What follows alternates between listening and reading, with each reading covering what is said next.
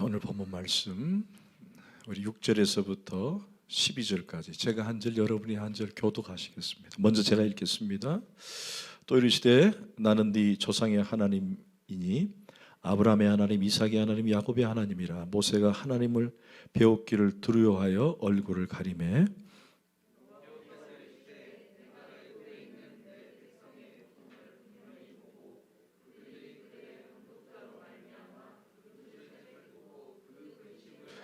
내가 내려가서 그들을 애굽인의 손에서 건져내고 그들을 그 땅에서 인도하여 아름답고 광대한 땅, 젖과 끓이 흐르는 땅, 곧 가나안 족속, 헷 족속, 아모리 족속, 브리스 족속, 휘 족속, 여부수 족속의 지방에 데려가려 하노라.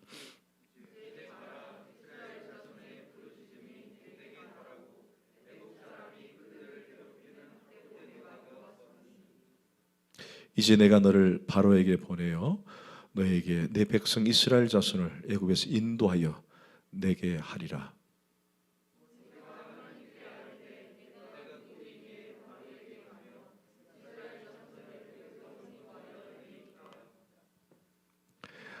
하나님이여, 다 같이 시작. 하나님이여 이르시되 내가 반드시 너와 함께 있으리라. 네가 그 백성을 애굽에서 인도하여 낸 후에 너희가 이 산에서 하나님을 섬기리니 이것이 내가 너를 보낸 증거니라. 자리에 앉겠습니다. 오늘 주보 광고 중에 처음에 날짜가 좀 틀렸죠. 아마 좀 미스프린트인 것 같아요.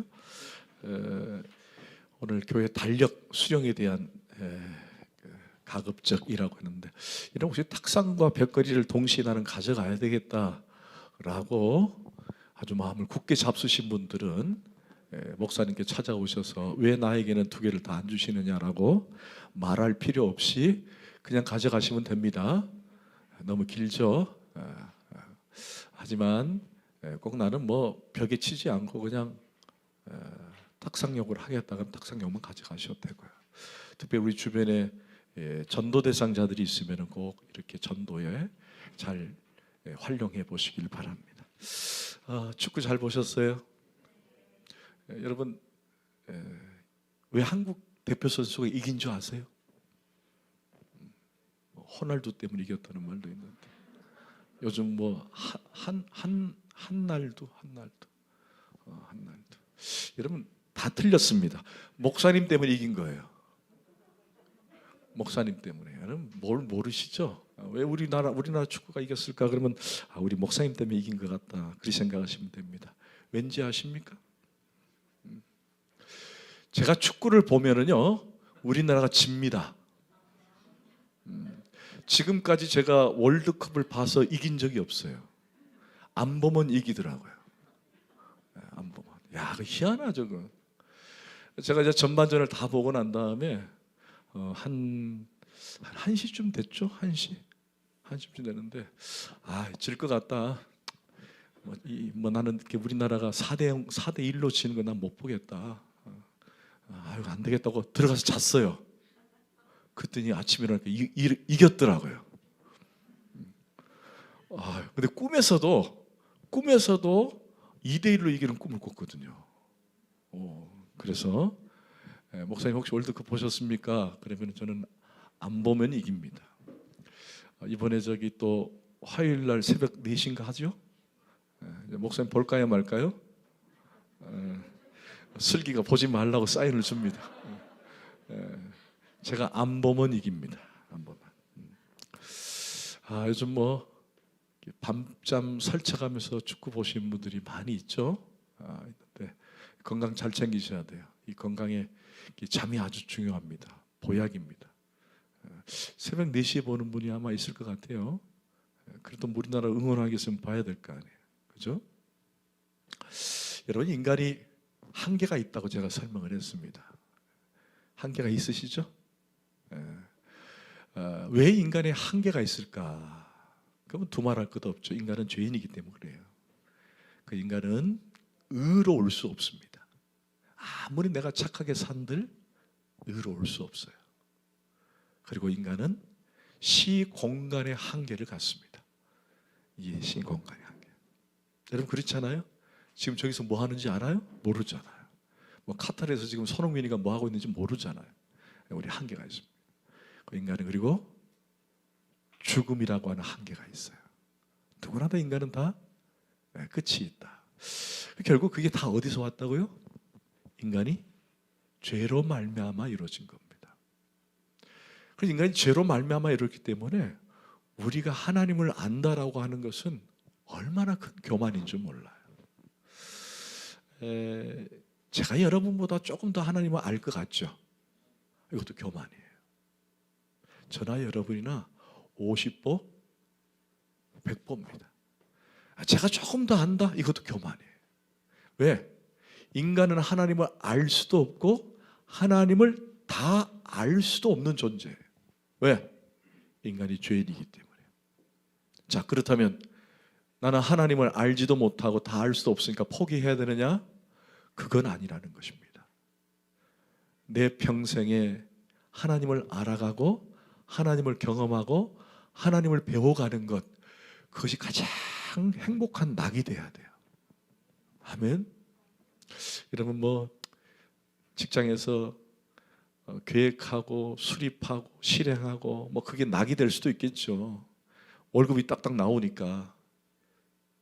그러나 여러분 그것보다 더 귀한 낙이 있어요. 그게 바로 하나님을 알아가는 것입니다. 하나님을 알아가는 것. 저는 우리 주닮은 교회 성도들이 저를 위시해서 하나님을 알아가는 즐거움이 충만하기를 소원합니다. 그러기 위해서 뭘 해야 됩니까? 조용히 눈 감고 기도해서 하나님을 알아갈 수는 없습니다. 말씀을 배워야 합니다. 말씀을 알아야 합니다. 그래 오늘 저와 여러분이 앉아서 함께 말씀을 나눌 때에 이 말씀을 하나하나 배워가고 말씀을 느끼고 경험하는 것이 하나님을 그나마 조금이라도 알아가는 거예요. 그게 여러분의 낙이 되고 기쁨이 되어야 합니다. 아멘. 인간의 한계가 있지만 포기하지 말고 하나님을 더욱 알아가게 힘쓰기를 소원합니다. 여러분 평생에 그것이 낙이 되기를 원합니다. 말씀을 가까이 하기를 소원합니다. 하나님을 가리켜서 우리는 전능자라고 말을 해요. 뭐라고요? 전능하신 하나님. 여러분 전능하신 하나님을 빼버리면 사실 성경은 아무런 의미가 없습니다. 혹자의 중세 이후에 18세기 이후에 이 계몽주의 사상이 이제 인간 세상에 들어오면서 하나님과 인간을 분리시키기 시작을 해요. 그래서 하나님은 없다, 인간이 높아지는 사상이 들어오기 시작합니다. 그러면서 세워진 게 뭐냐면은 성경을 다르게 해석하기 시작을 해요. 성경의 해석법이 달라집니다. 유일신 하나님, 절대자 하나님, 우리가 정말 갈 수 없는 유일하신 하나님이었던 이 하나님을 서서히 빼기 시작을 해요. 그래서 성경에 하나님의 위대함을 다 빼버립니다. 그래서 하나님께서 천지를 만드시고 기적을 베푸시고 역사하신 걸 다 빼버리고 뭘로 남기느냐? 어떻게 하면 우리가 바르게 살 것인가? 어떻게 하면 우리가 윤리 도덕을 지키면서 살 것인가? 이쪽으로 막 판을 치는 거예요. 여러분 성경은요 하나님의 전능하심을 빼버리면 성경이 이루어질 수가 없습니다. 여러분 신의 존재가 뭐예요? 신의 존재. 신은 신비로운 거예요. 기적을 행하시는 분, 이적을 행하시는 분, 그게 신 아닙니까? 만약에 성경이 하나님을 드러내고 하나님을 높이는 사건들이 없다면 어떻게 돼요? 하나님으로서의 존재는 가치는 떨어지는 거예요. 우리는 그 하나님을 가리켜서 우리는 전능하신 하나님이라고 말합니다. 여러분 전능하신 하나님은 뭐예요? 천지를 만드시고 또 우리에게 은혜와 사랑을 베푸시고 독생자 예수를 우리에게 주셔서 우리를 십자가에 죽게 하시고 부활하시고 또 승천하셨다가 우리가 그 시와 때는 알 수 없지만 언젠가는 하나님께서 다시 재림하실 것이다 라고 하는 이 큰 테두리가 하나님의 전능하심입니다. 전능하심. 만약에 기독교가 이 전능하심이 없다면 우리는 굳이 기독교를 믿을 이유가 없죠. 아멘. 여러분 물읍시다. 여러분 이 모든 것을 믿으십니까? 여러분 이 믿음이 기초가 되지 않으면요, 뭐 그냥 뭐 개인적으로 돌을 닦거나 다른 종교를 찾아가면 됩니다. 그러나 우리는 그런 종교가 아니에요. 우리는 하나님을 믿고 하나님을 믿습니다. 그래서 우리 신앙은 내용은 전부 다 하나님의 전능성 위에서 우리는 신앙이 기초가 돼야 하는 거예요. 아멘? 아멘. 그런데 제가 여러분에게 잠깐 이 얘기를 하면서 약간 조금 내려내야 할 부분이 있어요. 여러분 하나님의 전능성 하면은 그냥 하나님의 위대함, 창조, 기적 이렇게 우리가 이해하는 경우가 있습니다. 여러분 성경 하나 찾아볼까요? 창세기 17장 1절에서 2절까지 말씀. 시작. 아브라함이 99세 때에 아브라함에게 나타나서 그에게 이르시되 나는 전능한 하나님이라. 너는 내 앞에서 행하라. 완전하라. 내가 내 언약을 나와 너 사이에 두어 너를 크게 번성하게 하리라. 여기 지금 아브라함이 뭐라 그러셨죠? 나는 전능한 하나님이라. 계시하셨습니다.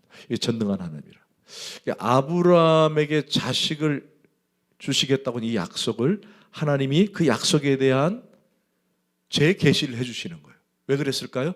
아브라함이 하나님의 약속을 신뢰하지 못했기 때문에 그런 거예요.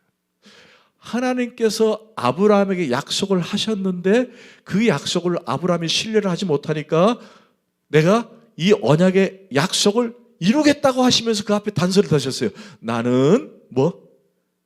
전능하신 하나님이다. 그러니까 무슨 창조의 능력, 무슨 기적의 능력으로 전능이라는 단어를 쓰신 것이 아니라 약속을 이행하시는 하나님, 이럴 때 전능자라는 단어를 쓰신 거예요. 그러니까 우리의 개념 자체가 위대하시고 높으시고 기적을 베푸시고 아주 창조의 능력을 계신 그 하나님을 가리켜서 우리는 전능한 하나님이라고 생각하고 있지만, 그러나 그 이면에 신실하신 하나님의 언약을 이루어 가시는 것도 하나님의 전능성에 포함되는 거예요. 여러분 전능함이라는 그 단어를 좀 이해가 되십니까? 아멘? 그런데 우리는 어떻게 생각하냐면 전능하신 하나님은 내 편에서 다 필요를 다 요구를 충족해 주면 그분을 전능자라고 생각을 해요. 그러나 이것은 내 편에서 하나님께서 이루어 가야 할 내 편의 요청을 이루어 가시름이 전능성이 아니라 그분의 신실한 약속을 이루어 가시는 것이 전능성이에요. 그분이 전능성. 그러니까 하나님께서 그분의 약속을 이루어 가시기로 작정하신 그 일들이 실현되어 가는 것이 바로 하나님의 전능함이라는 것입니다. 자, 그럼 우리가 전능함이라는 게 조금 이제 그림이 그려지시죠? 자, 그런데 이 전능함이라고 하신 하나님이 일하시는 방법이 하나 있어요. 그분의 신실한 언약을 이루어 가시는데 그 언약이 성취되어지는 것이 하나님의 전능함이다라고 우리가 이해했다면은 그 하나님의 전능함을 어떻게 일하시는가? 그 전능함을 일하셔야 될 거 아니에요, 그죠? 어떻게 일하시는가? 그 방법을 오늘 본문을 통해서 우리가 발견할 수 있어야 돼요. 여러분 이거 아주 중요한 겁니다. 아주 중요합니다. 자, 그럼 본문 6절과 7절을 한번 보실까요? 시작.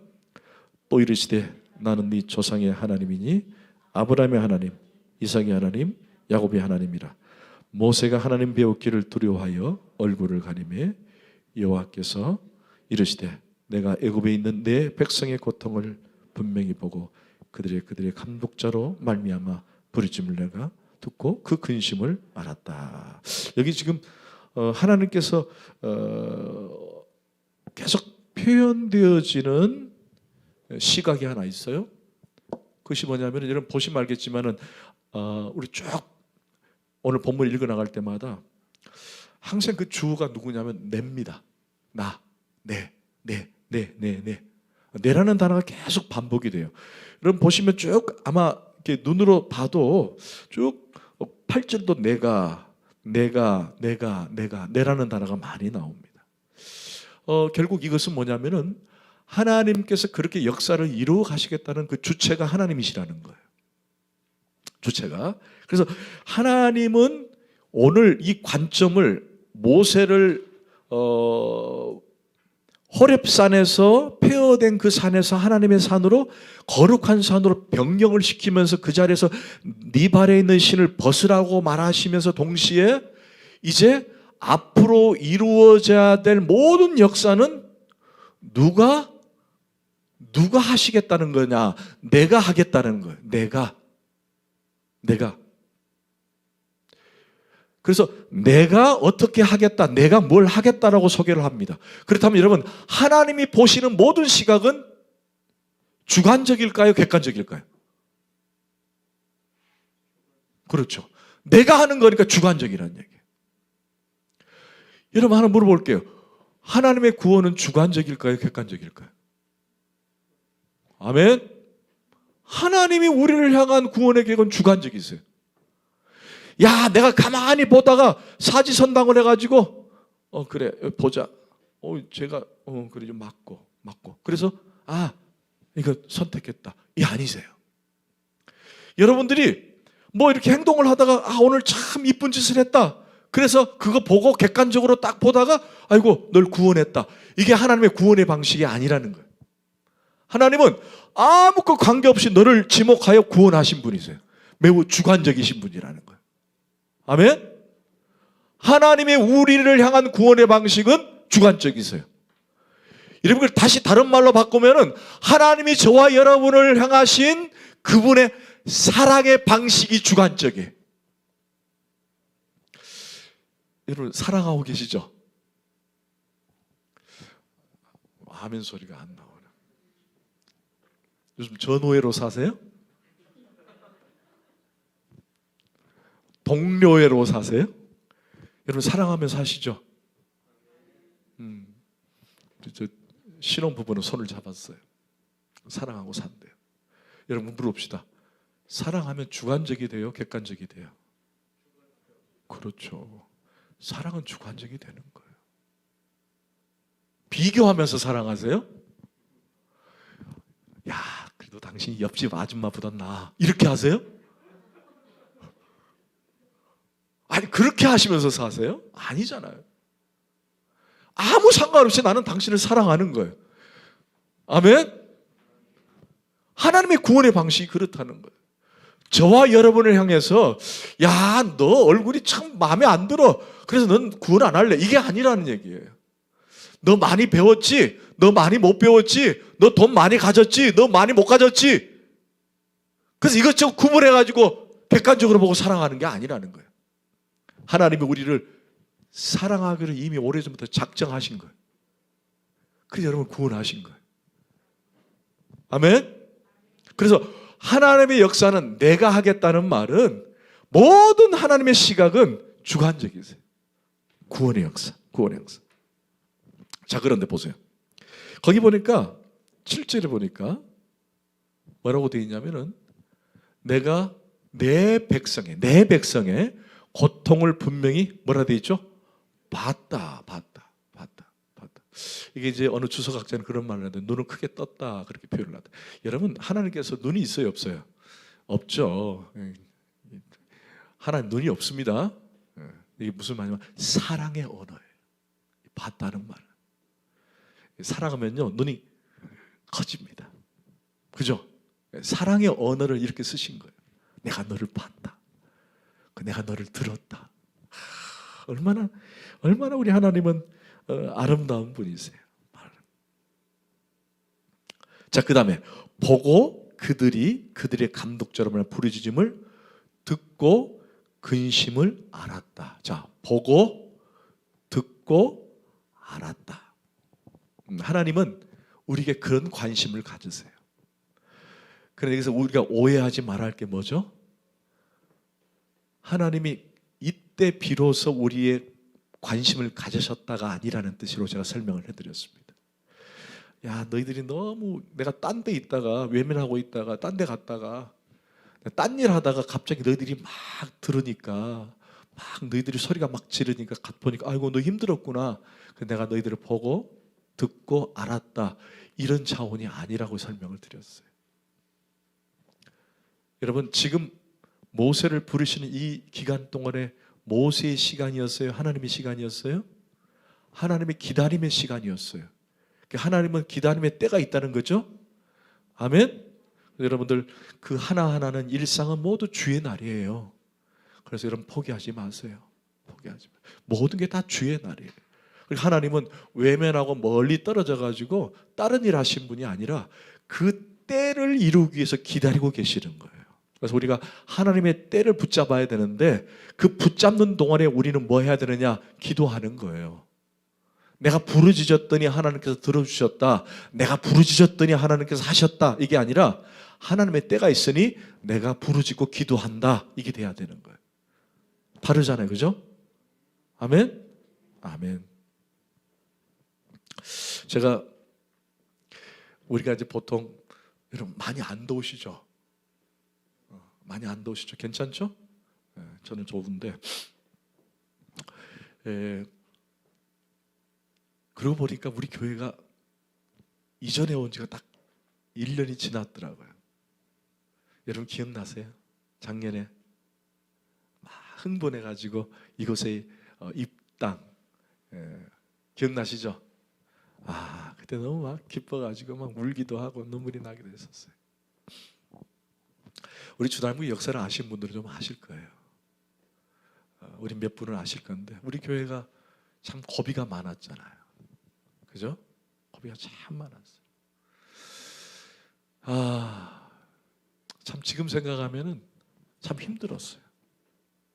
교회가 경매가 떨어져가지고 한 푼 못 받고 쫓겨나는 그런 일도 있었고, 또 여러분 아신 것처럼 이 앞전의 교회는 겨울만 되면은 수도가 동파가 돼가지고 봄이 되면 물이 철철철 넘쳐가고, 또 여름 되면은 옥상에서, 그 옥상에 이제 금이가 있으니까 물이 뚝뚝뚝뚝 떨어지고, 주방에서 물 썼다고 또 막 腾터져가지고 그냥 온 사방이 그냥 여름 겨울로 막 교회가 물난리가 나고 그랬잖아요. 여러 가지. 여러분 그때마다 무슨 기도하셨죠? 저랑 성전 이전을 놓고 기도했거든요. 경매가 떨어졌는데 앞이 깜깜하고 힘들더라고요. 돈이 하나도 없어요. 그때 그래도 애법 돈을, 전세금을 냈었는데 하나도 못 받았잖아요. 그리고 성정에서 그렇게 어려움을 당했잖아요. 근데 그때마다 우리가 포기하지 않고 기도한 게 있었어요. 그게 바로 하나님 우리에게 교회를 달라고, 성전 이전을 달라고. 그런데 그게 몇 년 걸렸어요? 13년 걸렸어요. 저는요 그때 뭐라고 생각했냐면, 하나님께서 이제 경매가 딱 떨어지고 물이 막 새니까 이제 하나님께서 교회를 주시는 것 같다 하고는 바로 주실 줄 알았어요. 여러분 그렇게 기도 안 하셨어요? 바로 주실 것 같고 막. 근데 뭘 바로 줘요? 1년 지나고 2년 지나도 안 주시는 거예요. 그래서 우리가 기도를 포기했던가요? 안 했거든요. 알고 봤더니 하나님께서 적절한 때에 주신 거예요. 적절한 때. 그럼 우리는 그 때를 알 수 없지만 분명히 때가 있어요. 우리는 뭐 했어요 그동안? 부르짖고 기도한 거예요. 내가 부르짖어 기도했더니 하나님 주신 것이 아니라 하나님께서 허락하신 때가 있는데 나는 부르짖은 거예요. 이게 우리가 기도의 바른 틀이 돼야 돼요. 절대 기도를 놓지 마세요. 아멘. 물론 이제 아이들처럼 막 때 쓰면 하나님 주신다 그래가지고 막 때를 써야 된다 이런 분도 계세요. 근데 그렇게 하나님이 역사하지 않으십니다. 여러분 아기가 무슨 칼을 달라고 하면 여러분 주세요? 그럴 때까지 기다리실 거 아니에요. 그죠? 여러분 그렇습니다. 우리가 정말 하나님께서 우리에게 허락하신 그 언약의 때를 우리는 알 수는 없죠. 하지만 우리는 늘 구하고 간구하고 나가는 거예요. 여러분 6절을 한번 보십시다. 왜 그런지.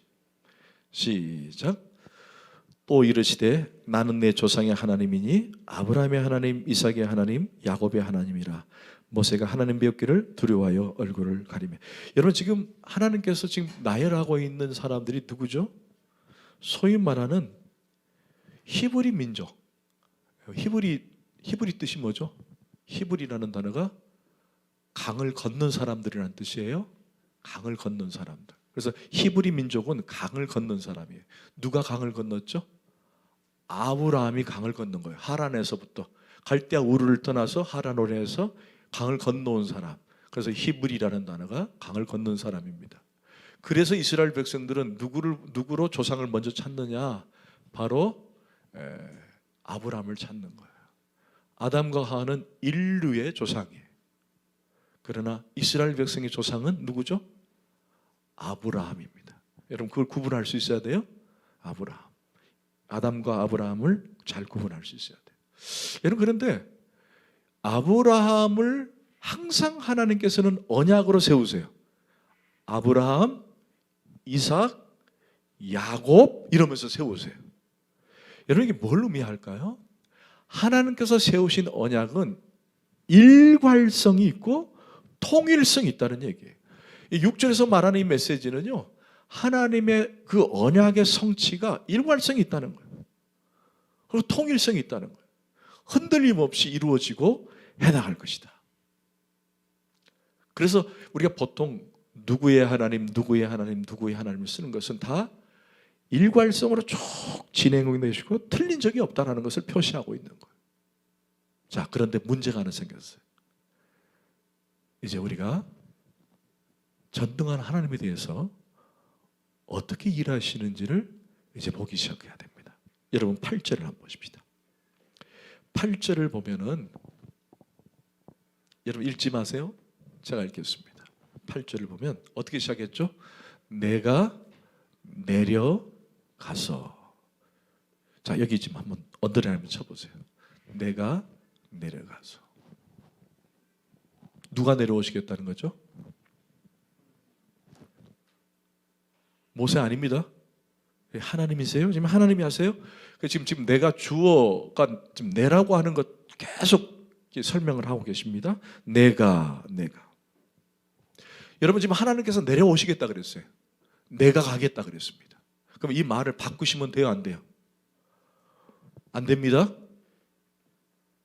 바꿔도 돼요? 네.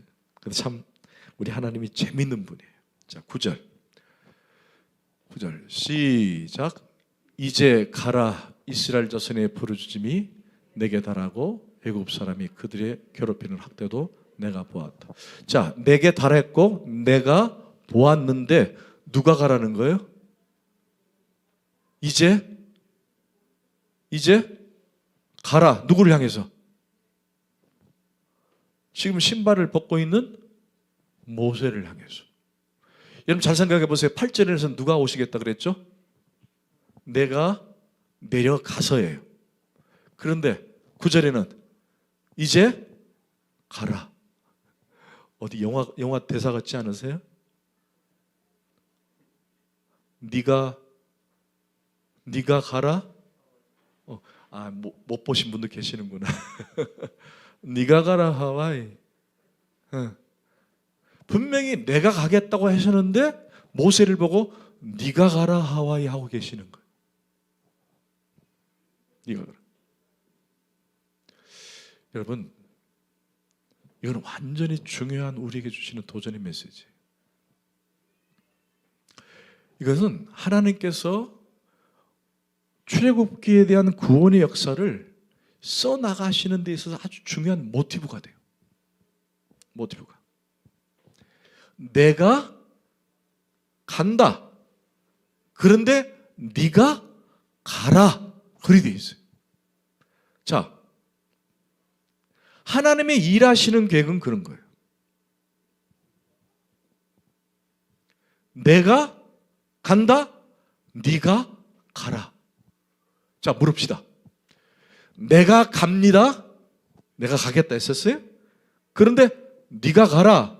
그러면 거기에 뭐가 같이 가야 될까요? 무엇이 가야 될까요?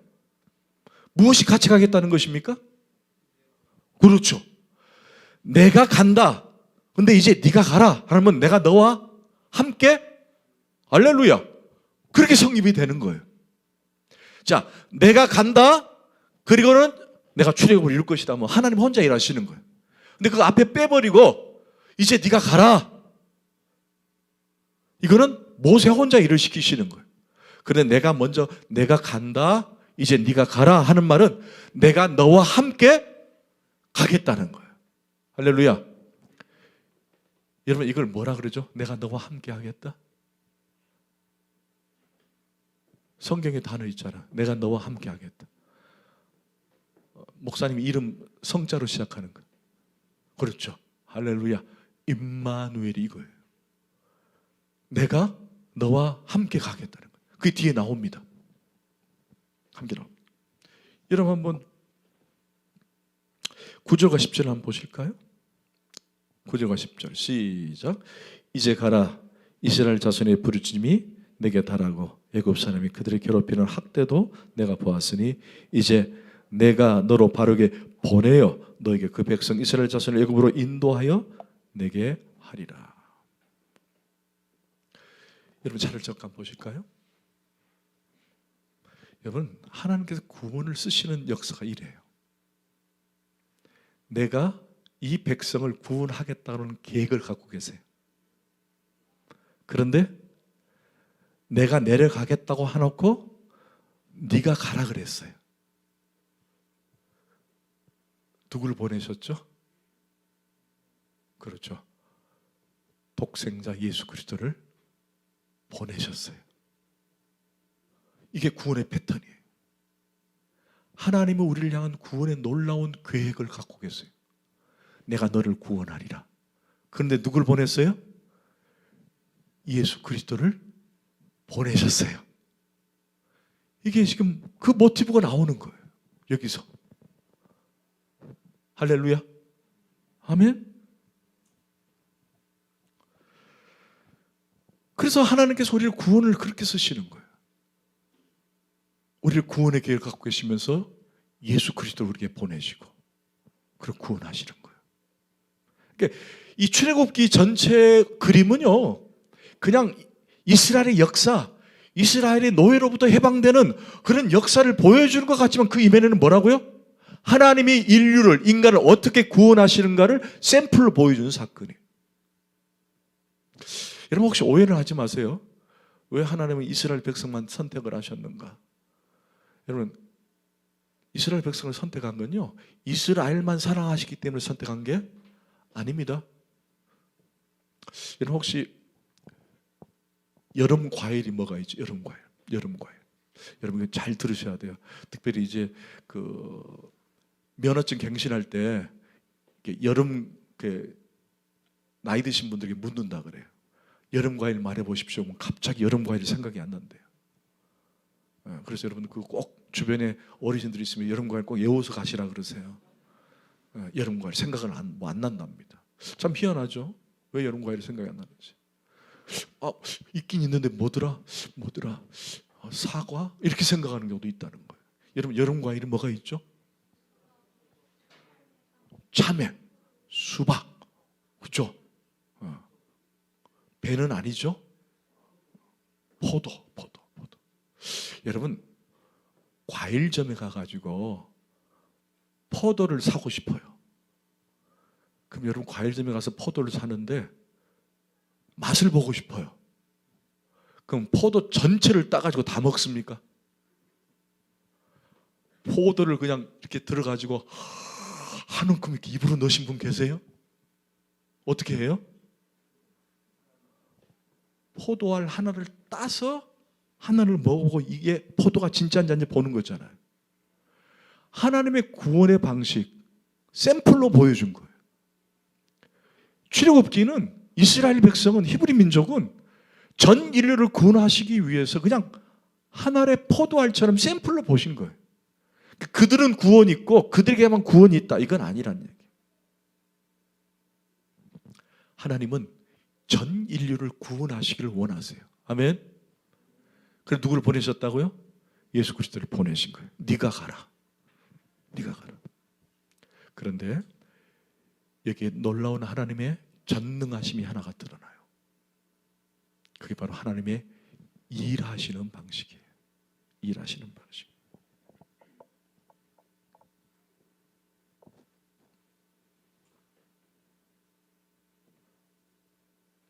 제가 앞서 서론에서 하나님의 전능하심에 대해서 여러분 말씀드렸습니다. 우리 하나님은 위대하십니다. 아주 초월의 하나님이십니다. 그러나 하나님은 그 약속을 이행하시는 것도 전능하심이죠.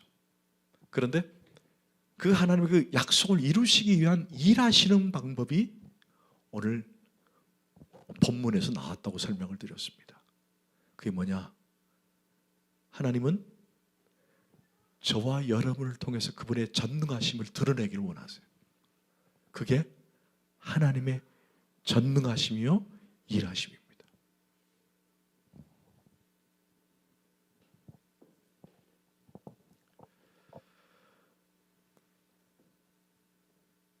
하나님은 우리를 사용하시기를 원하세요. 뭐 하기 위해서? 그분의 전능하심을 드러내기 위해서. 모세를 통해 그분의 전능하심을 드러내세요. 언약의 성취를 위해서 나가시는 거예요.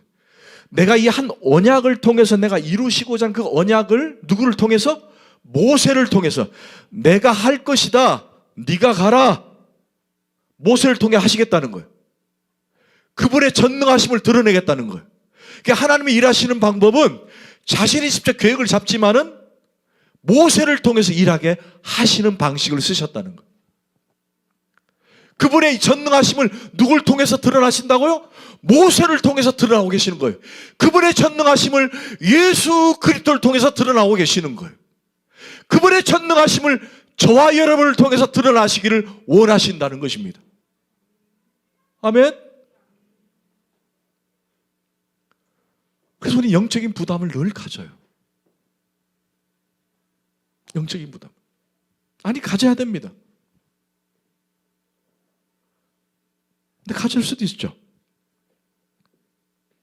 여러분, 모세의 반응을 잠깐 볼까요? 그래서 여러분이 이제 한번 보십시다. 자, 11절 시작. 모세가 하나님께 아뢰되 내가 누구이기에 바로에게 가며 이스라엘 자손을 애굽에게 인도하는. 아주 보편적인 얘기예요. 야, 너 나를 위해서 힘써야 되겠지? 나를 위해서, 너 주의를 위해서, 주님을 위해서 너 일해야 돼. 그러니까 아유, 내 같은 사람이 뭐요? 나는 입술이 둔하고 나이도 많고 저는 배운 것도 없고 나는 가진 것도 없고 나는 초신자고 나는 아무것도 못하고 아이고 뭐 준비되면 해야죠. 아유, 저는 아직도 뭐 돈도 많이 벌어야 되고요. 저는 뭐 하나님께 뭐 그냥 저는, 여러분 이게 겸손이 아닙니다. 이건 교만이에요. 이건 교만이에요. 저는 못하는데요. 교만이에요. 교만이에요. 하나님의 전능하심은 누구를 통해서? 나를 통해서 일하시길 원하세요.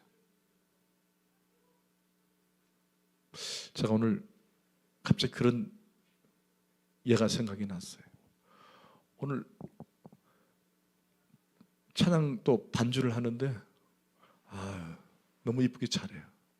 근데 여러분, 찬양하는 팀들이 그냥 입으로 베이스 소리를 내고 입으로 일렉을 소리를 냈다고 생각해 보세요. 아마 지은이 아마 입이 퉁퉁 불어 터져가지고 목사님도 다음 주부터는 못하겠는데 그럴 것 같아요. 응. 우리 진희 자매가 세칸을 치면서 뿡뿡뿡 입으로 했다고 생각해 보세요. 하루 이틀이지 어떻게 매주 해요? 그렇죠? 우리 뱅규 형제가 베이스를 꿍 입으로 푹슝푹슝 뿡뿡 했다고 생각해 보세요. 목사님 입이 아파 죽겠어요. 그럴까 하는 거예요. 근데 뭘 사용하세요? 악기를 사용한 거예요. 아름다운 소리를 냈잖아요. 악기를 사용했거든요. 하나님은 자신의 전능하심을 드러낼 때 우리를 도구로 사용하기를 원하신다는 거예요. 그런데 우리가 뭐라고 말하죠? 모세처럼 내가 누구기에? 내가 누구이기에? 아니 내가 뭘?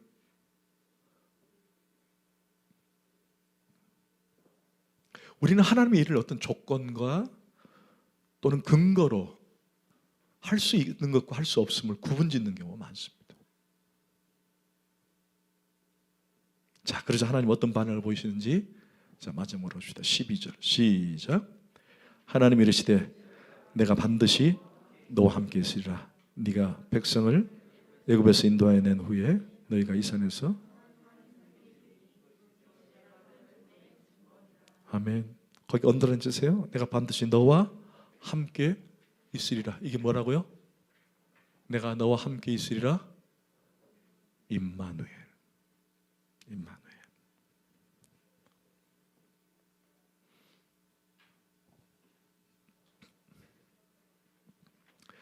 여러분 그걸 좀 인식했으면 좋겠어요. 하나님이 늘 나와 함께 계신다. 할렐루야. 자, 우리 사랑하는 지체들이 이 의식구조에서 살았으면 좋겠어요. 예배 장소에만 하나님이 계시는 것이 아니다. 오늘 임찬영 간사님 기도하는데 얼마나 은혜가 되든지 여러분 이곳에만 하나님이 계시는 게 아니라는 거예요.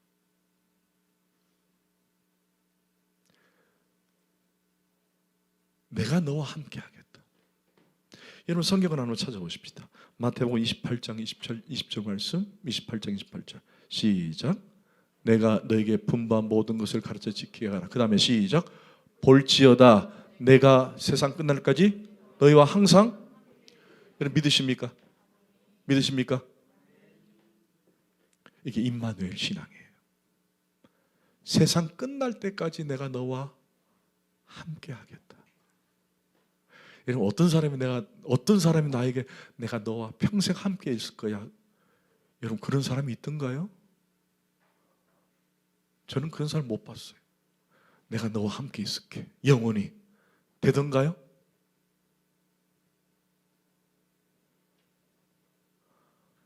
아니 안 되더라고요. 없어요. 먼저 갔어요. 같이 있겠다고 하놓고. 여러분 인간은 그런 거예요. 그러나 우리 주님은 영원히 함께 계시는 분이에요. 항상 내가 너와 함께 하겠다.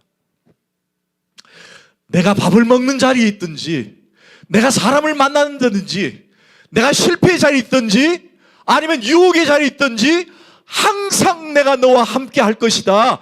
임마누엘 하나님. 할렐루야. 그 하나님이. 그 하나님. 그래서 사도 바울이 그 어려움 중에서도 사역을 감당할 수 있었던 것이 임마누엘 하나님이었어요. 여러분 갈라디아서 2장 20절 시작. 내가 그리스도와 함께 십자가에 못 박혔나니 그런즉 이제 내가 사는 것이 아니요 내 안에 그리스도께서 사신 것이라. 이제 내가 육체 가운데 사는 것은 나를 사랑하사 나를 위하여 자기 자신을 버리신 그분이 내 안에 계신다. 그분이 저 멀리 초월해 계시고 내가 그분에게 달려가는 것이 아니라 인카네이션. 그분이 내 안에 내재하신다. 그분이 나와 함께 하신다. 저는 오늘 이 아침에 강력하게 여러분에 도전합니다. 여러분 평생에 하나님이 함께 하실 것입니다. 여러분과 함께 할 거예요.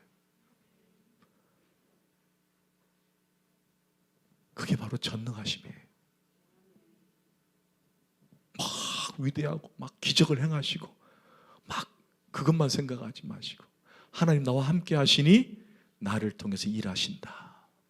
나는 기꺼이 순종하고 하나님께 모든 걸 맡기고 나가겠다. 오늘 본문에서 가르쳐주신 전체 스토리는 이거예요. 모세야, 내가 한다. 근데 네가 가라. 내가 너와 함께하고 있다. 올 한 해 이제 12월이 됐어요. 너무 시간이 빨리 가죠? 와, 진짜 너무 빨리 가는 것 같아요. 오늘 주보 말씀을 제가 정리하면서 여러분의 신앙생활, 영성관리에 대한 주보를 넣었었는데요. 한번 조용히 이번 한 달은 여러분의 개인적 신앙생활과 영성생활에 대한 한번 개인 점검을 한번 해봤으면 좋겠어요. 그 중에 놓치지 말아야 할 것은 내가 올 한 해 어떻게 하나님을 사랑했고 내년에 내가 어떻게 하나님을 사랑할 것인가에 대한 도전을 받았으면 좋겠어요. 하나님이 함께 하시니 나로 일하시게 하신다. 그래서 여러분들이 올 한 해 잘 점검하고 내년에 더 주님이 기뻐하시는 주의 종으로 거듭나는 저와 여러분 되기를 축원합니다. 아멘. 기도하십시다. 하나님 감사합니다. 그러셨군요. 하나님이 하셨군요. 그리고 나를 통해 일하시기를 원하시는군요. 순종하겠습니다. 하나님, 내가 어느 자리에 있든지 임마누엘 되시군요.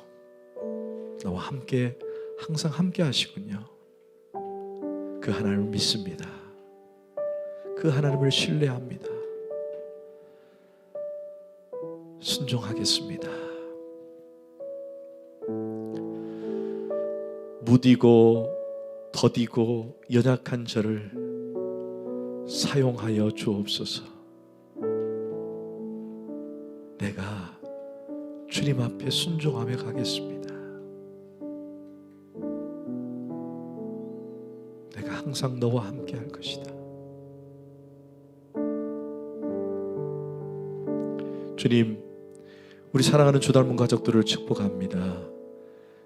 주님을 알아가기 위해 힘쓰는 자들에게 위로하시고 지혜를 주셔서 겸손하게 주님을 알아가게 하시고 더욱 주님을 사모하는 주의 백성들이 다 되게 하여 주옵소서. 무엇보다도 하나님, 하나님의 전능하심을 드러낼 때에 나를 사용하여 주옵소서. 나와 함께 하신 주님을 찬양합니다. 감사하고 예수 그리스도 이름으로 간절히 기도하옵나이다.